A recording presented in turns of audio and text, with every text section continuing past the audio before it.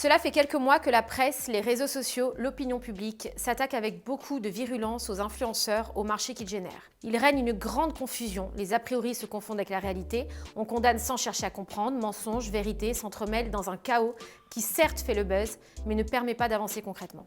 Aujourd'hui, je vais vous apporter la lumière sur ce métier que je connais mieux que n'importe qui, et dans tous ses aspects économiques, juridiques et sociaux, car c'est moi, Magali Berda, qui l'ai lancé en France. Le marketing d'influence. Je vais vous parler de marketing d'influence. Marketing d'influence. Le marketing d'influence utilise le potentiel de recommandation des influenceurs. Le marketing d'influence fait partie des stratégies des marques. Marketing d'influence, un sujet qui vous tient souvent à cœur. Dans cette vidéo, je vais d'abord vous expliquer avec la plus grande transparence mon métier, à la fois dans ses aspects techniques et juridiques. Ensuite, je vous donnerai mon sentiment sur les débats économiques, sociétaux et moraux qu'il soulève. J'ai commencé le métier d'assureur à 23 ans à peu près. J'étais en fac et j'étais obligée de travailler à côté parce que j'avais pas les parents qui assumaient financièrement. Donc j'ai dû travailler à côté. J'ai trouvé ce métier de commercial. À l'origine, je suis commerciale. Mon métier est de vendre. J'ai vendu au cours de ma carrière des vêtements, des assurances et aujourd'hui, c'est encore le même métier que je fais mais dans un nouveau marché que j'ai lancé par hasard et qui n'était pas développé en France et dont je n'aurais jamais soupçonné l'ampleur qu'il allait prendre. Moi je viens du Sud, donc je connaissais absolument pas ce monde-là. D'ailleurs ce monde-là ne me connaissait pas. Donc ça a été très vite et j'ai fait de très belles rencontres. Et puis en 2 ans, je me suis retrouvée propulsée à la tête d'une très grande entreprise. Donc on se retrouve de la campagne du Sud à une vie parisienne sous les feux des projecteurs, un peu, c'est assez spécial, mais voilà, c'est drôle. En 2016, alors que je suis dans une situation professionnelle particulièrement compliquée, je rencontre par hasard des jeunes candidats de la télé-réalité. En discutant avec eux, je m'aperçois que les marques utilisent leur image et leur visibilité en contrepartie de nuits d'hôtel gratuites, des vêtements, d'échantillons, etc. En d'autres termes, ils ne font pas rémunérés pour le travail effectué et sont soumis à un système de troc aléatoire. Je me lance alors dans la publicité 2.0 pour promouvoir des marques incarnées par des célébrités sur Internet. C'est le début du marketing d'influence via Shona Evans. Shona Evans vous accompagne dans vos projets de communication sur les réseaux sociaux. Augmentez votre notoriété, boostez vos ventes grâce à nos célébrités et influenceurs sociaux. Shona Evans. Aujourd'hui, Shona Evans, c'est en moyenne 45 salariés, 150 influenceurs, environ 3500 marques par an dont on promeut l'image sur Internet, dont plus de 80% sont françaises. L'agence a été créée sur l'affect, c'est-à-dire que c'est ça qui a fait la réussite de Shona Evans, c'est que c'est une histoire. C'est une vraie histoire, c'est pas une société qu'on a montée comme ça parce qu'on s'est dit que j'allais gagner beaucoup d'argent ou des choses comme ça. Et ça s'est fait dans la misère, et donc il y a une vraie histoire autour de tout ça. Le marketing d'influence, comment ça marche? Le marketing d'influence permet à une entreprise de faire la promotion de son produit en s'appuyant sur la notoriété de personnalités qui diffusent le contenu à leur communauté. Le marketing d'influence est une stratégie axée sur l'utilisation d'influenceurs afin d'amplifier le message d'une marque et augmenter son taux d'engagement auprès d'une cible de qualité. En fait, c'était que des petites entreprises qui démarraient comme moi et qui n'avaient pas les moyens d'investir dans de la publicité aujourd'hui, que ce soit en télé ou en magazine. On estime qu'un tiers des internautes suivent au moins un influenceur. Le placement de produits se fait sur des posts ou des stories, à l'aide souvent d'un code promo qui permet de fidéliser le consommateur et de voir concrètement le taux de conversion entre la promotion et la vente. Si je te fais investir par exemple 1 500 € dans une publicité sur un magazine, tu ne sais pas combien ça va te rapporter. Mais si je te fais investir 1 500 € sur des influenceurs, grâce au code promo, je vais pouvoir te dire exactement combien d'argent tu as gagné. Car c'est la première fois qu'une entreprise peut calculer et savoir surtout son retour sur investissement et donc anticiper les risques. 75% des internautes suivant un influenceur ont déjà acheté un produit suite à la publication d'un contenu par ce dernier. Et du coup, les petits entrepreneurs, eux, ils me disaient mais c'est génial, ok je le fais, je préfère faire ça que de faire une pub dans un magazine.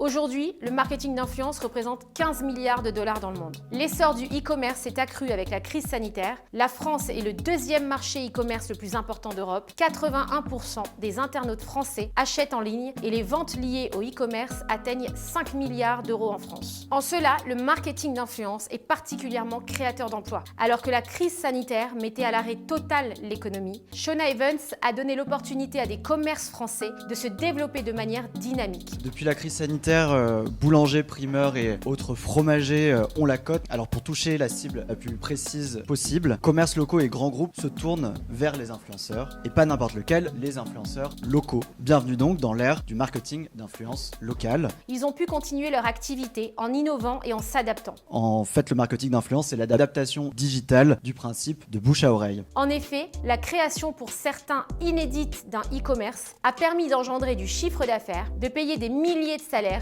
de créer des milliers d'emplois. Plus largement encore, cela a permis d'alléger les aides d'État, les allocations chômage, bref, tout ce qui pèse sur la dette publique. En plus de faire venir le consommateur en magasin, le marketing d'influence locale développe la visibilité de la marque ou du commerce de proximité. Ce qui aurait pu être fatal pour des petits commerces s'est avéré être une opportunité leur permettant de s'adapter aux nouvelles technologies et de dynamiser la croissance économique. Quand on sait que 80% des acheteurs commandent immédiatement après la recommandation d'influenceurs, l'aubaine est grande. Shona Evans a mis en avant des marques françaises indépendantes de bien-être, culturel, santé, de mode, high-tech, etc.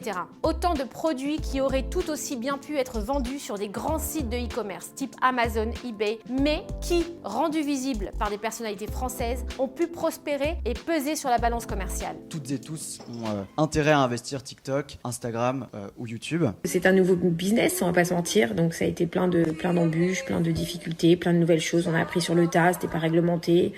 En 2018, il y a eu plein de sites qui se sont montés un peu chelous, etc. Donc j'ai mis en place un service juridique du coup, parce que voilà, on apprend comme c'est nouveau.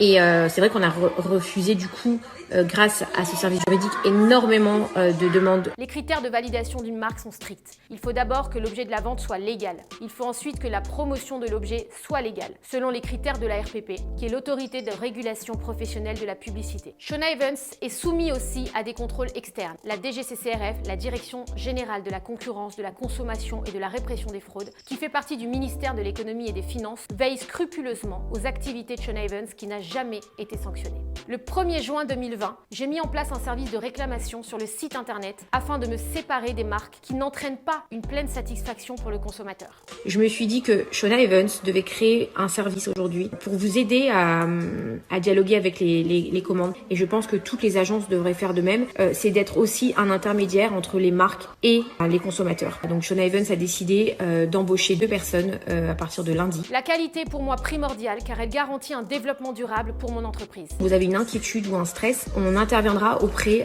des marques pour vous aider à avoir votre réponse. Donc c'est vrai qu'une agence de com qui fait du SAV, ça casse un peu les codes, mais en soi, moi j'adore casser les codes. Aujourd'hui, l'agence gère environ 150 influenceurs. Ces célébrités sont issues de télé-réalité, de la télévision, mais aussi du milieu artistique. Ils font la promotion des marques à leur manière, en fonction de l'image qu'ils veulent librement exprimer sur leurs réseaux sociaux. Un influenceur, c'est quelqu'un qui gagne des milliers d'euros et des fois même plus que ses parents en créant du contenu et en animant une communauté sur les réseaux sociaux. Alors cette phrase, c'est pas moi qui l'a dit, c'est un petit peu tout ce qu'on peut retrouver dans la bouche des personnes qui s'intéressent un peu de loin à ce nouveau secteur et qui sont pleines de clichés par rapport au métier de créateur de contenu. Les influenceurs les plus rémunérés ne sont pas ceux qui ont la plus grande communauté, mais ceux qui ont un fort taux d'engagement. Cela se traduit dans l'attachement à leur communauté, l'implication et le plaisir qu'ils ont à créer du contenu, en d'autres termes, dans leur sincérité. Ce qui peut sembler paradoxal à ceux qui les accusent sans cesse d'être faux ou dans le mensonge permanent. L'influenceur est rémunéré pour son image et sa prise de parole, pas en fonction de son nombre de ventes. Un influenceur qui se met à faire de la publicité, je pense qu'aujourd'hui c'est beaucoup plus accepté qu'il y a quelques temps, parce que la communauté a compris aussi que l'influenceur qui suivait avait besoin finalement à un moment de vivre du travail qu'il générait à concevoir et produire ses contenus. Par exemple, si un influenceur facture 500 € pour un post, si les ventes qu'il génère représentent 200 € ou 1000 € ou 10 000 €, son prix ne changera pas, il sera payé 500 € comme c'était convenu au début. Les sommes investies par les marques peuvent paraître excessives et je le comprends. Elles sont la rencontre d'une offre, d'une demande et celle de la publicité de manière générale. Alors oui, les marques déploient un budget très important dans la publicité et aujourd'hui dans le marketing d'influence, mais c'est la manière la plus efficace d'en faire. La manière de promouvoir une marque ou un produit est en pleine mutation et dans certains cas, la publicité traditionnelle ne suffit plus. Ces sommes sont infimes comparées à celles dépensées dans les pages publicité à la télévision. Alors que certains influenceurs ont plus d'audience sur leur story que le journal du 20h, mais ils coûtent 80 fois moins cher qu'une publicité sur TF1 et permettent à des petites entreprises de démarrer leur activité et de se faire connaître. On a vu émerger une nouvelle discipline, le marketing d'influence, devenu partie intégrante de l'écosystème publicitaire et levier de communication indispensable. L'agence se rémunère à hauteur de 30% sur chaque contrat passé avec la marque, mais je tiens à dire que Shona Evans est une société française qui paye des charges, des impôts et tout ce qui s'ensuit. Je regarde beaucoup vos messages, les influenceurs aussi. Ça nous fait pas plaisir quand on voit des messages négatifs. Si on peut faire quelque chose qui vous aide et qui vous montre qu'on est là pour vous aussi dans les bons et dans les mauvais moments et qu'on n'est pas là juste pour vous faire acheter des produits. Ces 30% sont répartis de la manière suivante. Il y a 20% qui payent les charges fixes, notamment les salaires, les impôts, etc. Et il y a 10% de bénéfices qui reviennent à Shona Evans. Moi, je suis toujours en train de me remettre en question. J'estime que dans un nouveau business, il faut le faire bien et on apprend avec le temps. Et il faut apprendre de tout ça pour faire les choses bien.